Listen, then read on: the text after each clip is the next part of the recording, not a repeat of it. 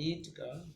और बच्चों आज हम लोग पढ़ेंगे मैथ का पहला चैप्टर। मेरे पास कुल 25 चैप्टर्स है। 21 क्लास 8 में जो पढ़ना है आप लोगों को वो है integer, fraction, decimal, rational integer. तो पहले हम लोग क्लास 7th के बुक का जो फर्स्ट चैप्टर है इंटीजर,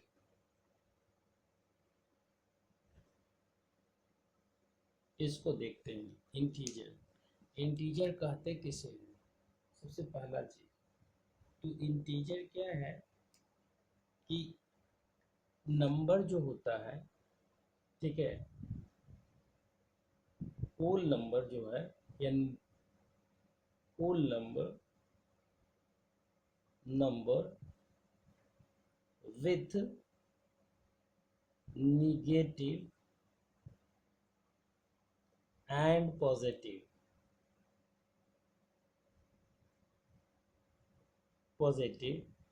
is called इंटीजर। जैसे +2 -2 +5 -5, ये सब क्या है? इंटीजर है। मतलब अगर हम बोले -इन्फिनिटी से 0 और 0 से +इन्फिनिटी तक, ये टोटल जो नंबर होगा ना, ये नंबर कहलाएगा आपका इंटीजर। ये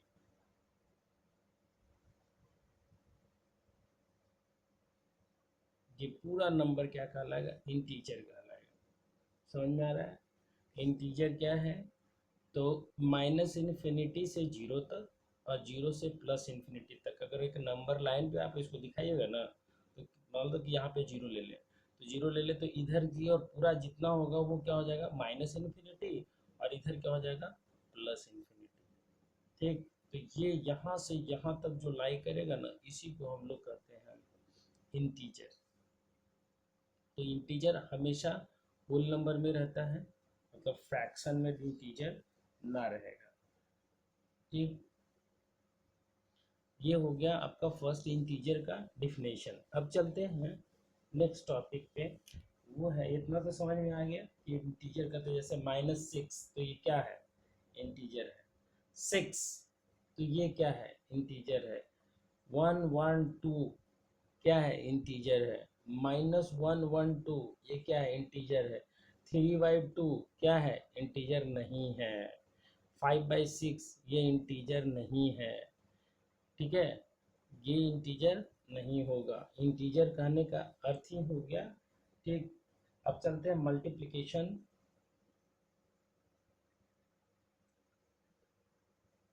मल्टीप्लिकेशन ऑफ इंटीजर्स।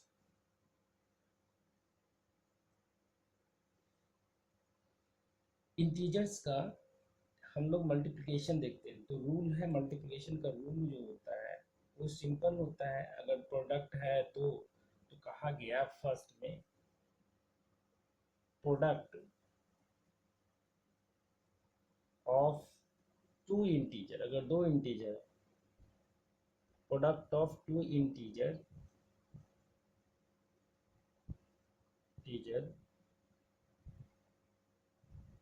दो प्रोडक्ट अगर ले लें, 2 इंटीजर ले लें और दोनों का प्रोडक्ट निकले, प्रोडक्ट ऑफ 2 इंटीजर, तो क्या कहा गया इसमें कि 2 इंटीजर मान लो, एक है m और एक है n।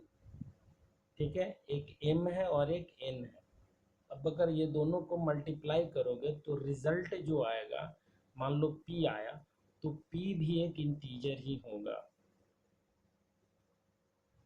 ठीक है, ये भी इंटीजर, ये भी इंटीजर, ये भी। अगर ये पॉजिटिव इंटीजर है, ये पॉजिटिव इंटीजर है, तो ये पॉजिटिव होगा। अगर मान लो कि ये -n है और इनटू ये +n है, तो उस कंडीशन में ये जो आएगा निगेटिव इंटीजर आएगा। निगेटिव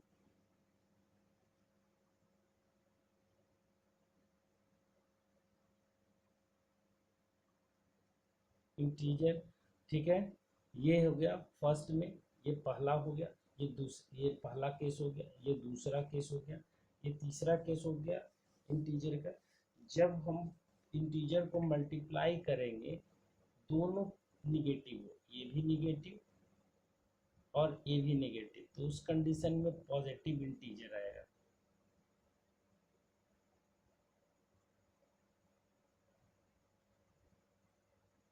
समझ में आ रहा है? कितना इजी है, बहुत इजी है। समझ में आ गया? पॉजिटिव पॉजिटिव रहेगा तो पॉजिटिव, और निगेटिव पॉजिटिव रहेगा तो निगेटिव, और निगेटिव निगेटिव रहेगा तो पॉजिटिव। और निगेटिव अगर मान लो ये भी निगेटिव रहे और ये अगला पॉजिटिव रहे, मान लो कि ये रहता minus plus M into minus M, तो भी क्या होगा? निगेटिव ही होगा। कोई भी एक निगेटिव रहेगा तो याद रखना है कि एक निगेटिव रहेगा, लेकिन अगर दोनों पॉजिटिव रहता है या दोनों निगेटिव रहता है तो दोनों उस कंडीशन में पॉजिटिव आएगा मेरा रिजल्ट। जैसे इस पे एग्जांपल ले लें, तो अगर हम लिखें तो यहाँ पे क्या लिखें?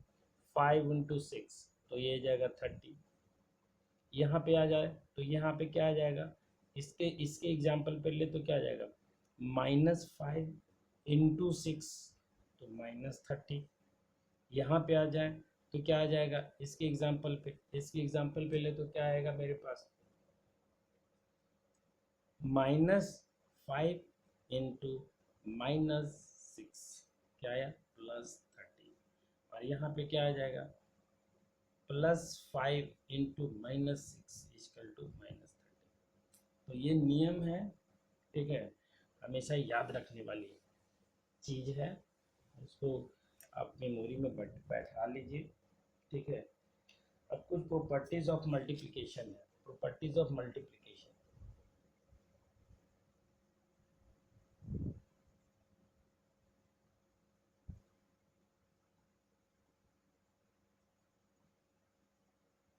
प्रॉपर्टीज ऑफ मल्टीप्लिकेशन ये भी बहुत इजी है, समझे ना?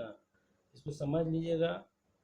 प्रॉपर्टीज ऑफ मल्टीप्लिकेशन, मल्टीप्लिकेशन का कुछ प्रॉपर्टीज होता है उसको। तो फर्स्ट प्रॉपर्टीज जो है, फर्स्ट प्रॉपर्टीज ले लें, पहला प्रॉपर्टीज, ठीक है। पहला प्रॉपर्टीज को कहा गया closure properties.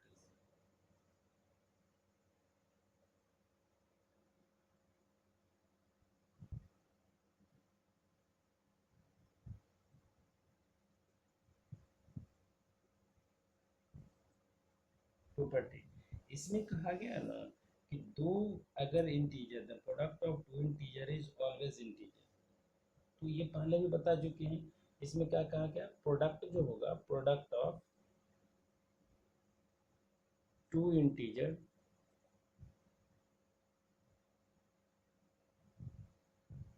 Is always integer. यानी कि प्रोडक्ट जो होगा दो इंटीजर का, वो हमेशा क्या होगा? एक इंटीजर ही होगा। और इसको इस तरह से लिख लेते हैं, 4 × 3 = 12, 5 × 6 अभी थोड़ा देर पहले किए थे तो =30। ये सब क्या है? इंटीजर ही है, ठीक है। अब अगला है प्रॉपर्टीज, मेरा सेकंड प्रॉपर्टीज जो है वो है, उसको कहा गया commutative property, CU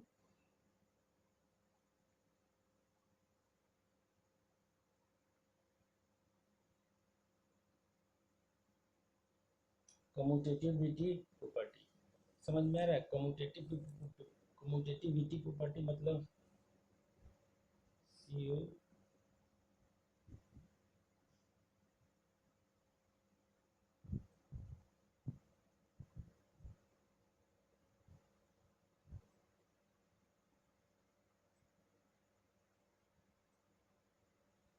commutativity properties में कहा ये गया ना कि प्रोडक्ट ऑफ टू इंटीजर को आप किसी भी तरह से, यानी कि product of two integer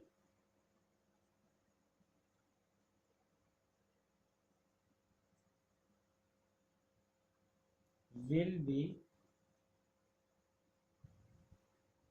equal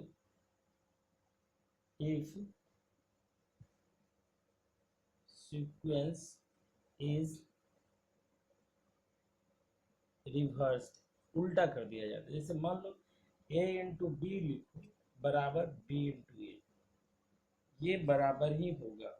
इसमें रिवर्स का, इसके जगह पे ये, इसके जगह पे ये, इंटरचेंज कर लिए तो भी क्या हुआ, ये बराबर ही रहेगा। तो इसको क्या कह नाम दे दिए हम, कम्यूटेटिव। जैसे कि आप ले लो, आप 4 into 5 ले लो, ठीक है, समझ में आ रहा है, 4 into 5, तो ये भी आएगा 20, आएगा ना, ठीक, 4 5 जा 20, और इसको आगे कर दो 5 into 4, तो ये कि क्या है यार 20।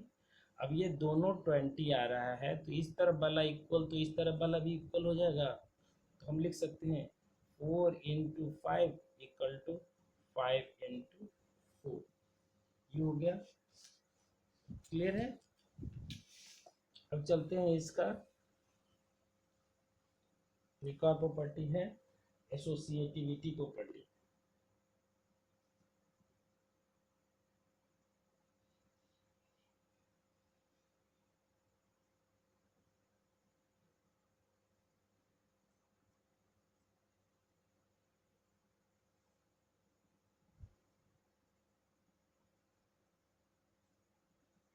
देखो इस प्रॉपर्टी में कहा गया कि अगर एसोसिएशन बनाता है, एसोसिएटिव का मतलब क्या हो गया, एसोसिएशन, एसोसिएशन का मतलब क्या हो गया, ग्रुप, ठीक है, ग्रुप बनाता है। जैसे मान लो A into B into C ले लेते हैं, 3 को गुना करना हो, हमने एक का ग्रुप बना दिया, तो इसको क्या लिख सकते हैं, A into B into C, एक ग्रुप बना दिया। अब ये एक दूसरा ग्रुप ये बना सकते हैं आप, तो एक ग्रुप बना दीजिएगा तो क्या बनेगा, A into B into C। अब ये कहा गया कि इस तरह से जो ग्रुप बना करके भी होगा तो रिजल्ट मेरा सेम ही आएगा, इसको कहा गया एसोसिएटिव प्रॉपर्टी, ठीक है। इसमें 3 इंटीजर इन्वॉल्व होता है, पहली बात 1 2 3, 3 इंटीजर इन्वॉल्व हुआ है, तो इसको कहेंगे हम लोग एसोसिएटिव प्रॉपर्टीज, क्लियर है। अब देखिए एसोसिएटिव प्रॉपर्टीज में ये तो समझ में आ रहा है, एग्जाम्पल के रूप में समझ लेते हैं। मान लो 5 into 4 into 3 रहता, ठीक, इसको मल्टीप्लाई करते तो इसका मल्टीप्लिकेशन कितना हो जाएगा, 4 5 20 60, ठीक है, 4 5 जा 20 23 जा 60, तो ये हो गया 60 मेरे पास। अब इसको एसोसिएशन बनाते हैं, तो 5 into 4 into 3 करें तो भी कितना आएगा, तो निकाल लें यहाँ पे, तो 5 4 जा कितना आया 20 into 3 बराबर क्या आया 60, ठीक। अब लिखते हैं 5 into 4 into 3, इन दोनों का एसोसिएशन बनाते हैं, तो इन दोनों का एसोसिएशन बनाएंगे तो क्या आएगा 5 into 12 इक्वल टू क्या लिखें 60। अब देखो तो इधर 60 आया, इधर 60 आया, तो ये भी इक्वल हो जाएगा आपस में, और जब ये दोनों इक्वल होगा तो ये भी आपस में इक्वल हो जाएगा, तो उस कंडीशन में क्या आ जाएगा 5 into 4 into 3। अब ये एसोसिएशन एक था, इक्वल टू 5 into 4 into 3, एक एसोसिएशन हो गया, सो सिंपल, देख रहे हैं, क्लियर है। तो यहाँ पे हम देख लिए ना कि कैसे बनाया जा रहा था एसोसिएशन, ठीक है। अब नेक्स्ट अगला मेरे पास है प्रॉपर्टीज, आपका फोर्थ प्रॉपर्टीज हो गया distributivity of multiplication over addition, ठीक है। ये क्या आ गया,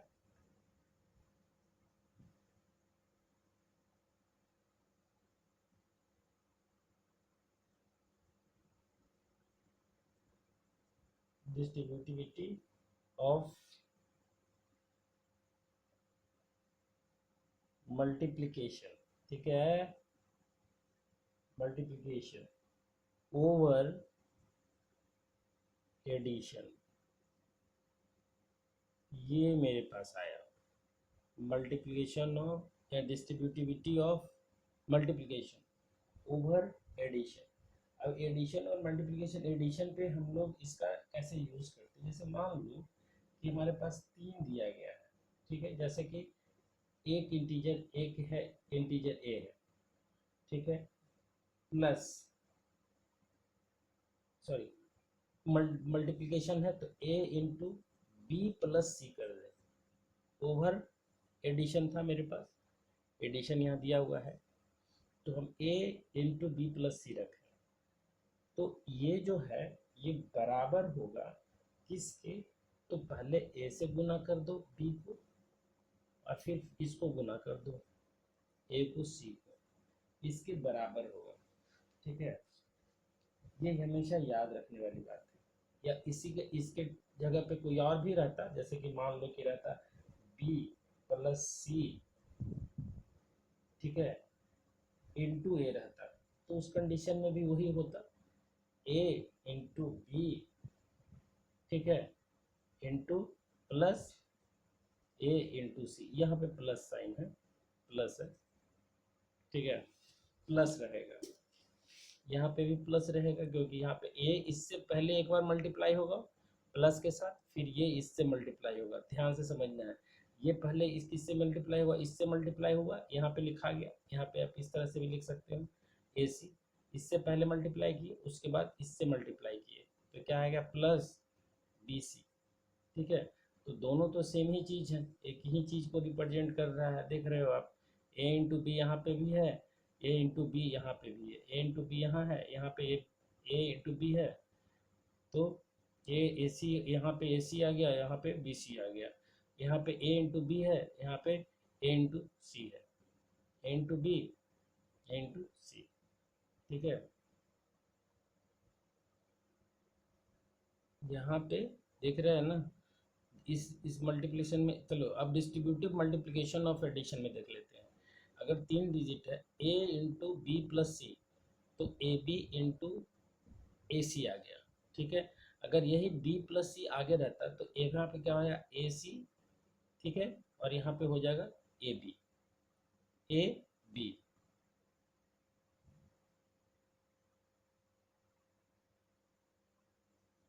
ए बी, ठीक है, ए से इसको गुना किए, ए से इसको गुना किए, ठीक है, तो दोनों क्या आया, दोनों सेम आ गया। तो हमारे पास ये, अब इस चीज को समझते हैं, कैसे समझेंगे, जैसे देखो, चलो अब चलते हैं, अगर आप नेक्स्ट मेरा टॉपिक है, मेरा नेक्स्ट मेरा जो प्रॉपर्टीज है वो है distributivity of multiplication over addition. इसमें क्या कहा गया कि अगर मान, इसमें कहा गया कि a इंटू बी प्लस सी अगर है, ठीक, तो उसको हम लोग कैसे करेंगे, तो a को पहले b से गुना करेंगे ए बी, फिर a को c से गुना करेंगे ए सी, मल्टीप्लाई करेंगे, तो इस तरह से लिख लेंगे। इसी चीज को दूसरे रूप में रहता है, ये आगे रहता है, ये पीछे रहता है, मान लो ये यहाँ पे लेके चले जाते तो फिर भी वही होता, a into C A C और a into B A B, ये हो गया। अब इसको इस तरह से समझते, मान लो 5 प्लस इंटू 6 प्लस 1 रहता, या 7 रहता, ठीक, तो इसको आप लिख सकते हो, यहाँ से मल्टीप्लाई करो तो 5 इंटू 6, इससे प्लस ये यहाँ से मल्टीप्लाई होगा तो 5 इंटू 7, ठीक है, ये कर सकते हैं। अगर इसी चीज को यहाँ पे लिखता 6 इंटू 7, ये इसका एसोसिएशन बना, इंटू क्या करते हम 5, तो भी वही चीज, 5 इंटू 7 प्लस 6 इंटू 5, ऊपर वाला ही आ जाएगा। ठीक है, और मल्टीप्लिकेशन आप जानते हो, दोनों को जोड़ गुना करना है और उसके बाद फिर जोड़ देना है। तो ये हो गया। अब मेरे पास इसके प्रॉपर्टीज में कुछ कुछ और प्रॉपर्टीज है, उसको देख लेते हैं। ठीक है,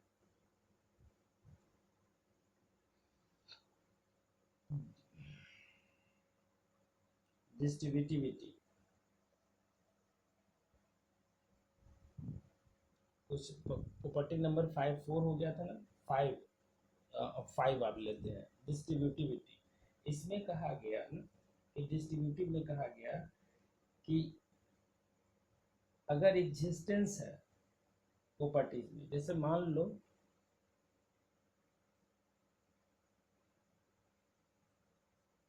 इसमें कहा गया है कि a इंटू बी माइनस सी अगर है, तो क्या करेंगे, तो भी उसी तरह से करेंगे, ए बी माइनस ए सी, ये आ जाएगा।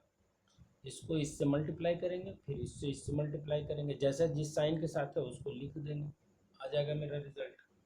ठीक, अब इसमें कुछ कुछ प्रॉपर्टी है, बेसिक लिख लेते हैं। अब बेसिक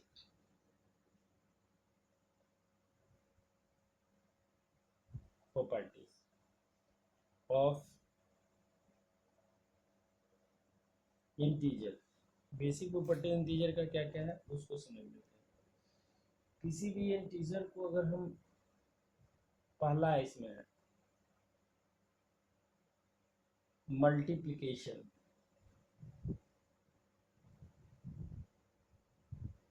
मल्टीप्लिकेशन विथ 1। अगर एक से गुना करते हैं तो किसी भी डिजिट को कहते हैं तो क्या कहा गया कि सेम रह जाता है, नहीं समझे। जैसे मान लो कि 5 × 1 करोगे तो 5 ही रह जाएगा, a × 1 करोगे तो a ही रह जाएगा।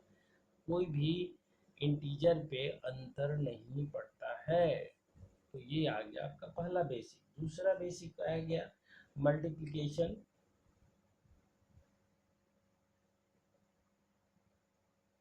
विथ 0।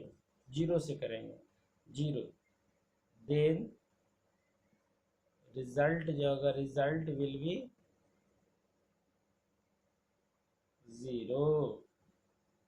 ठीक है, तो रिजल्ट भी मेरा क्या आ जाएगा 0 आ जाएगा। जैसे कि 5 × 0 इक्वल टू क्या आया 0, 6 × 0 बराबर 0, तो a × 0 बराबर भी 0 आएगा। ठीक है, तो ये आ गया आपका दूसरा तीसरा बेसिक। ठीक है,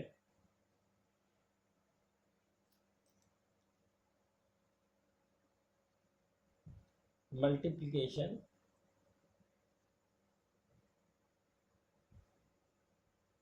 विथ -1। जब -1 से अगर गुना करेंगे तो क्या होगा, जैसे a × -1 क्या हो जाएगा -6 × -1 तो क्या हो जाएगा -6। किसी भी इंटीजर से गुना करते -1 से अगर मल्टीप्लाई करेंगे तो वो इंटीजर निगेटिव इंटीजर के रूप में अपने आप को प्रतिस्थापित करता है, अपने आप को पोजीशन करता है। ठीक है, तो ये आ गया। ठीक, अब नेक्स्ट है आपका फोर्थ प्रॉपर्टीज। फोर्थ प्रॉपर्टीज में क्या कहा गया है उसको समझते हैं। कहा यह गया कि अगर मान लो कि आप किसी इंटीजर है, power on integer is even, then even होगा तो क्या होगा, तो मान लो फर्स्ट केस लेते हैं, केस 1 ले लेते हैं यहाँ पे। ठीक ना, मान लो इवन पावर होगा। पावर इवन का मतलब हो गया ना कि कितनी बार रिपीट हो रहा है उसी को पावर कहते हैं। पावर समझते हैं, जैसे कि मान लो 5 लिखे तो इसका पावर 1 है, लेकिन 5 × 5 लिखे तो इसका पावर क्या है 2 है। 6 × 6 लिखे तो इसके पावर क्या है 3 है। ठीक ना, क्लियर है। अब इसको इस तरह से समझते हैं, मान लो कि इवन नंबर है तो ये तो पॉजिटिव है, तो पॉजिटिव इंटीजर क्या हो जाएगा, पॉजिटिव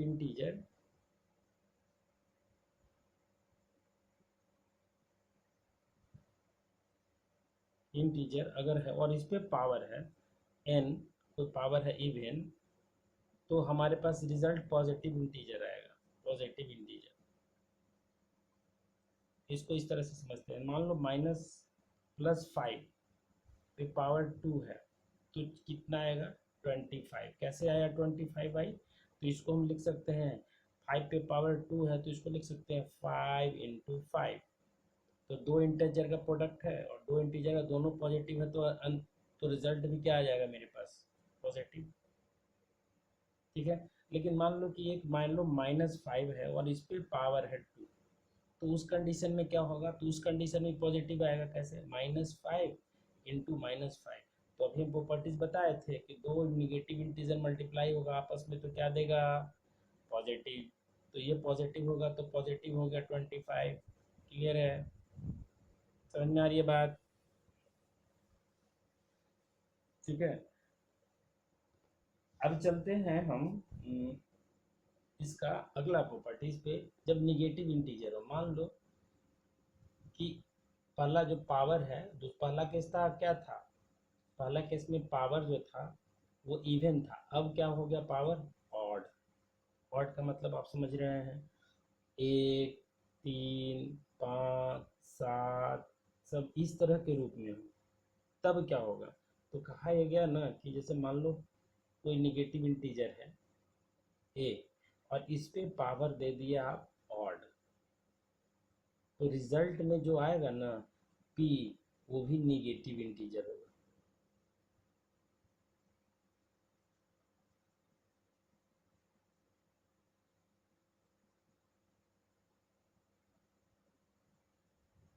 ये भी निगेटिव इंटीजर होगा।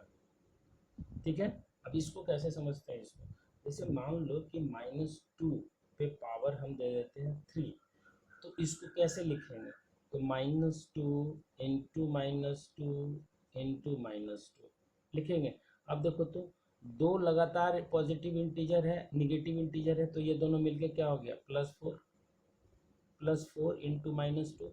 अब एक पॉजिटिव एक निगेटिव आ गया, जो पहले जितना भी नियम लगाया बताए हैं आपको वो सारा नियम यहाँ पे लगेगा, तो 4 दूनी कितना हो जाएगा 8 और निगेटिव।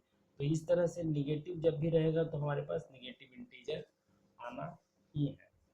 ठीक है, इस तरह से सारा है। अब एग्जाम्पल्स है आपके पास, इतना समझ में आ गया। अब इस पे एक्सरसाइज है, जो R.D. शर्मा की एक बुक आती है, चाहे R.S. अग्रवाल की, कोई सी भी बुक से आप बनाओगे, अगर नहीं बनता है तो आप मुझे भेज सकते हो, मेरा जो व्हाट्सअप नंबर है ना उस पर 9472596050, 9472596050, इस नंबर पे आप मुझे व्हाट्सअप कर दो। जो जो क्वेश्चन नहीं बनता है आप एक्सरसाइज बनाओ, पूरा आप बढ़िया से 1-2 बार और वीडियो को देख लो और एक्सरसाइज बनाओ, और आपको अच्छा लगा हो वीडियो तो कुछ लोगों को आप भेजिए, और बेल आइकन को भी दबाइए, और मेरे चैनल को प्लीज़ सब्सक्राइब कर लीजिए, ताकि हम आपको भी आगे भी इस तरह का वीडियो बनाए और मुझे बनाने का हौसला मिले आपसे। ठीक है।